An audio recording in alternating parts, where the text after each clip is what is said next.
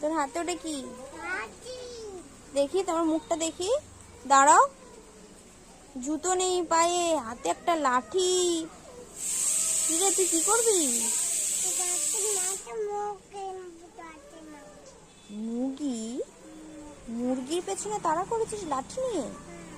কেন?